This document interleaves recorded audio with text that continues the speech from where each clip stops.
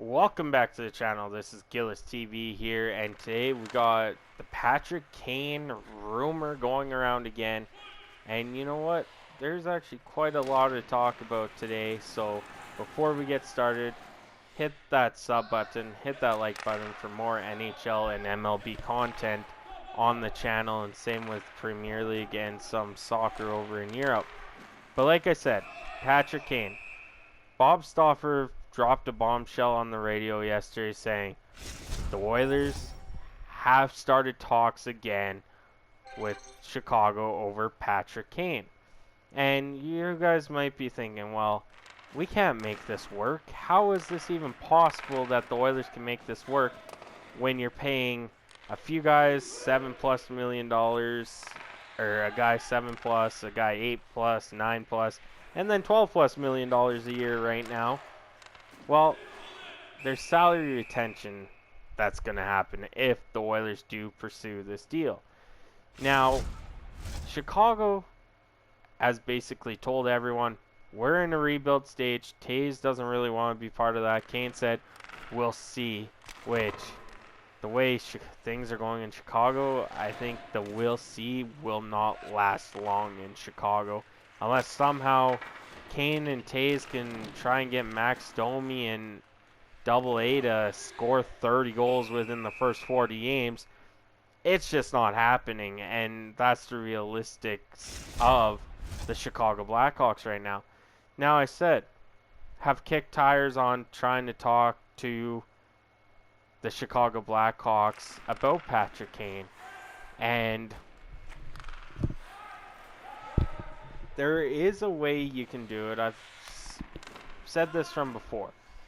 Puljujarvi's an option to be sent out. Warren Foegele's another option. Tyson Barrie's another option. Well, you're getting Patty Kane in this mock deal. You're not sending Tyson Barrie. Or then you're pretty much messed up on defense, unless, like a video I did on Clemhawks, said, hey, Proberg and Nemo Leanin could step into that third line pairing. Well, all of a sudden we're talking maybe a Tyson Barrie trade. Could work out, but I don't think it is going to Chicago in this deal. This deal would have to be Puljujarvi and Warren Foegele, which their two contracts put together would be, I believe, 5.875 or 5.85 million, which is half of what Patty Kane's salary is. So right then and there, the Chicago Blackhawks would retain 50%. We can make it work that way. No problem. All said and done. Now, to retain that 50%, you're probably going to have to give up a first, for sure, and a prospect. Now, this is where it gets tricky, is the things I've read is a first and 3 prospects. No way Edmonton's going to do that. Not for 1 year Patty Kane anyway. If it's a rental, Patty Kane comes for 1 year. And I believe the whole thing with Duncan Keith is try to get him or Taves to come to Edmonton and play a few seasons here. Keith has admitted he loved it here, and I think it's a tactic by the Edmonton Oilers. But besides that, if it's a rental, I would say Puljujarvi, a first, Warren Foegele, and a top prospect. Not named Proberg or Holloway. I'm looking at maybe, as much as I don't want to do this, a Matthew Savoie would be our top prospect of the 3 I'm going to name. Ty Tullio and Raphael Lavoie. If you can get away with just giving up Lavoie or Tullio and saving Matthew Savoie, that would be huge for the Edmonton Oilers. You could do one of those players and throw in the first and have it as a conditional first round if they win the lottery, which if you're adding Patrick Kane to the Edmonton Oilers, I don't think you're winning the lottery, because you're a playoff team no matter what right now without Patrick Kane. So you could do that.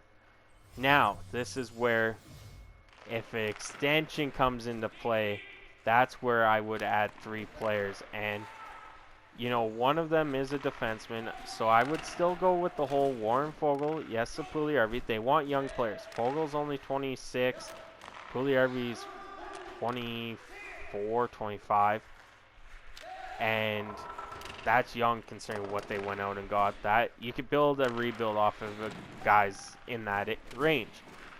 Now, so you do that, you do the first, the 3 prospects. No way Savoy's in that 3 prospects. You are going to look for Ty Tullio, Lavoie, and Dmitry Samorukov. Now, Samorukov, on my list of the up-and-coming defensemen, is 3rd or 4th, depending on where you put Desjardins. Or Desjardins, sorry. Vincent Desjardins. Tullio and Lavoie have to go. One of them have to go either way. But in this, if the Edmonton Oilers say, hey, sign a contract extension with us, you're going, if he signs, we'll give you an extra player. 2 of those 3 have to go. And which I would, if I was the Oilers, I'd make darn sure that one of those players was Dmitry Samorukov to save one of Lavoie or Tullio. I don't think Holloway, Proberg, Bourgault is going to be part of this trade at all. I'd be surprised if Bourgault was. There's no way Holloway and Proberg will be. And then you guys might be saying, well, if he wants an extension, he's going to want more money. The thing is, Patrick Kane will be, I believe, 34. Yeah, he'll be 34 this year. So in November. So if he will be 35 next November when his extension starts, you're not signing Patty Kane for more than 3-4 years on his next deal. Now, does he take a pay cut to try and win one last Stanley Cup with the Edmonton Oilers? It's a possibility. If you think about it, they just got a goalie that, you know, he's not the bomb goalie, but he's a starting goalie better than Smith and Koskinen. You get to play with 2 best players in the world and a team that literally went to the Western Conference Final, lost to the defending Stanley Cup champions, with a 41-year-old goalie and a backup that couldn't make a glove save his whole career in Edmonton. They added a goalie. They add Patrick Kane. You can win a Stanley Cup. Literally, you could. So maybe Patty Kane says, hey, McDavid has 4, or I believe McDavid and Draisaitl both have 4 years remaining. You sign Patty Kane for 4 years. By the time Kane's done, Draisaitl's contract's up, McDavid's contract's up. You try and get Kane for $5 million. You got cap room for at least $6 million next year to sign Patrick Kane. The Edmonton Oilers realistically could do it because coming off the books next year is Sekera's $1.9 million. Coming off the books would be Derek Ryan, Yantias Janmark, and also Devin Shore. While getting rid of next year's Puljujärvi's contract and Warren Foegele. You take all those guys, that's about $8 million in cap room that you have just from losing those guys, plus Evan Bouchard needs, where you try and get Evan Bouchard for $5 million. You can literally get Patrick Kane for $6 to $7 million, Bouchard for $4 to $5, all in the same cap room. Plus, if the cap goes up, that's even better for the Edmonton Oilers, as Bouchard's probably looking at a bridge deal anyway for 2-3 years right now. So in a sense, you will have room for Patty Kane. Realistically, there is room. But is it realistic that the Edmonton Oilers will actually pull this trade off? Possibly. I call Patty Kane basically the top priority for the Edmonton Oilers, even if it's just a rental. You're in a win-now mode. You brought a goalie in. Your team's just coming off of a Western Conference Finals series. It is win now for the Edmonton Oilers. And this team is arguably, you look at what Calgary did, they just got Kadri, Huberdeau, and Weegar. You need to make a splash, and Patty Kane would be the biggest splash. The odds of you keeping up with Colorado adding Patty Kane to the mix, oh, goodbye Colorado. You can beat Colorado at that point. So there's that.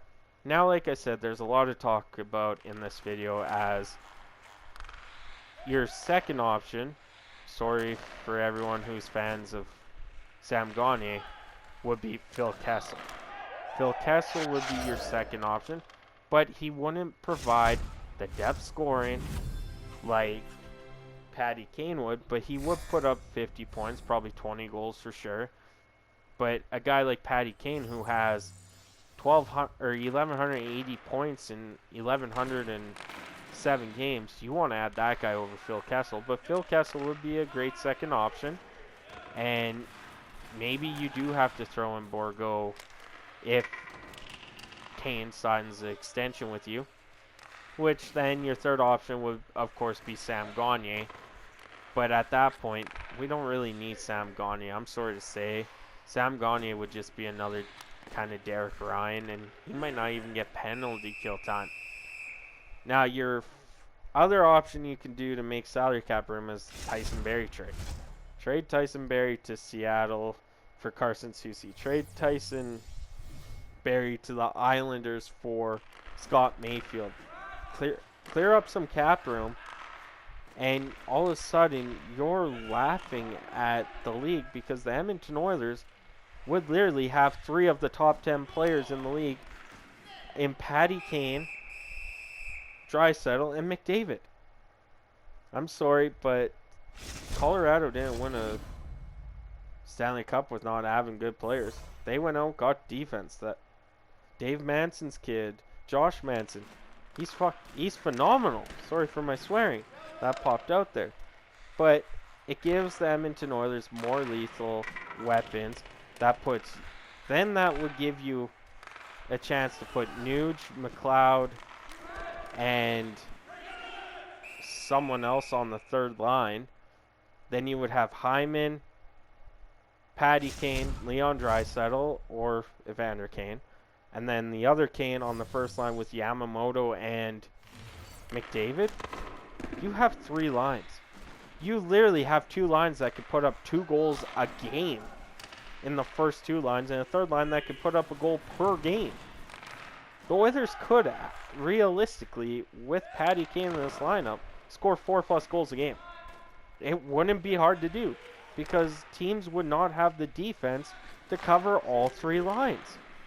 There'd be times where Patty Kane and McDavid could team up with Draisaitl. Imagine that line. It'd be like the Bergeron, Pastrnak, Marchand line in Boston.